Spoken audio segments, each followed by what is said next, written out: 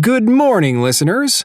Welcome to Earth Matters. Today, I'll be talking to Dr. Anita Goswami, a geologist who focuses on Antarctica. Welcome to the program, Dr. Goswami. Thanks for having me, Brian. Now, many of us think of Antarctica as just a huge mass of ice, but that's not really accurate, is it? No, it's not, Brian. Underneath the ice sheet, there's a mountain range as big as the Alps in Europe. A group of Russian scientists discovered these mountains in 1958. The Gamburtsev Mountains, as they're called, are completely buried under nearly 2 miles of ice. Before we continue, how were you able to measure the size of these mountains? By using remote sensing technology. 2 survey aircrafts flew over the region and sent radar signals that could penetrate the ice. These signals created an image of the land surface underneath the ice, so we got some pretty accurate information. We know that the mountain range is approximately 750 miles wide and nearly 2 miles high. We also know they are extremely old, about 1 billion years. If I could just stop you for a moment, Dr. Goswami, why are geologists interested in these mountains? Well, at first, the existence of these mountains didn't make any sense. Antarctica is an ancient continental shield, and therefore— Would you mind clarifying a continental shield? Well, a continental shield is the stable, unchanging region in the middle of a tectonic plate. Mountains are generally found where the Earth's tectonic plates meet. That area is unstable because the tectonic plates can shift, causing earthquakes. It's also where we find volcanoes. So, finding a mountain range in the middle of a continental shield like Antarctica was very surprising indeed. Our theory is that the Gamburtsev Mountains started forming when the Earth's continents looked nothing like they do today.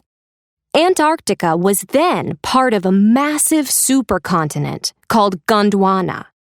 Rifts, or cracks, started forming approximately 100 to 250 million years ago, when dinosaurs walked the Earth.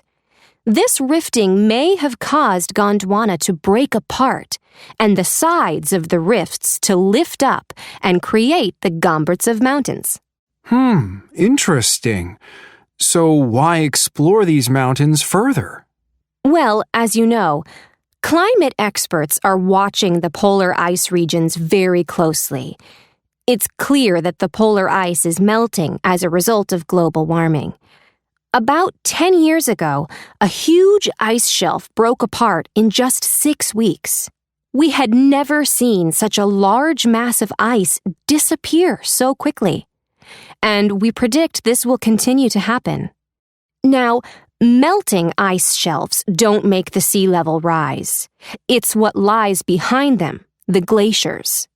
Glaciers are massive expanses of solid ice. We're talking about millions of miles of ice. If all the Antarctic ice melted, the sea level would rise by up to 200 feet. Even if the sea level rises by only a few feet, it will have a devastating outcome for coastal cities. So the ice shelves act like barriers or closed doors that keep the glaciers secure. For now. That sounds very scary indeed. So what's it like working in Antarctica? Well, it's hard on my family when I'm gone for long periods, but I feel highly motivated whenever I'm in Antarctica, even though it's cold. The average temperature in summer, that is December and January, is minus 16 degrees Fahrenheit, so it's not comfortable for humans.